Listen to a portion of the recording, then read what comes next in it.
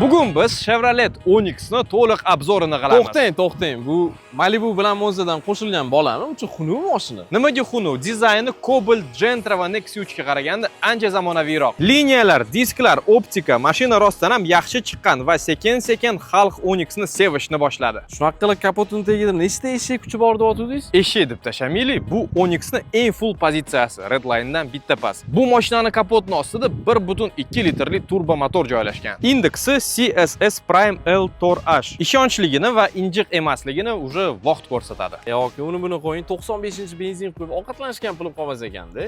Endi aka Onix oladigan odamlar buni bilib olishadi. Agarda benzin bilan qiynalib qolsangiz, propan qo'yishni tavsiya qilamiz. Endi aka bu mashinada plastikdan tashqari o'zi nimadir bormi? Mana plastik. Bu ham plastik. Bu mashinaning saloni oddiy emas.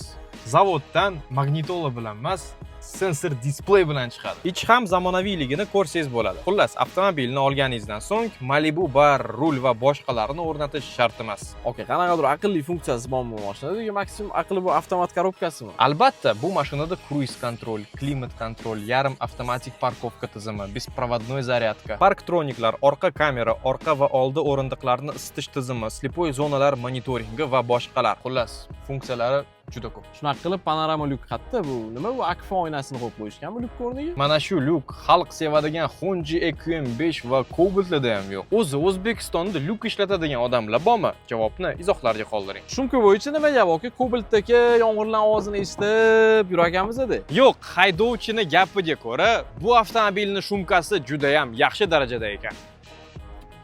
Shunaqa qilib bagajga nechta odam sig'adi aka? Odam haqida gapirmaymiz, lekin bagajnik sig'imi 469 litr. Metan ballonning o'rta sig'imi 90 litr. Bundan katta bagajnik faqat Cobalt'da. Tonirovka qilingan, takoy nomerda yuradigan Gentra'ga bab yetmasa kerak aka.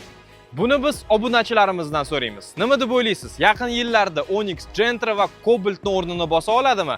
Javobni albatta izohlarga qoldiring. Bundan tashqari videoni oxirigacha ko'rganingiz uchun rahmat. Keyingi videoda ko'rishguncha. Xayr.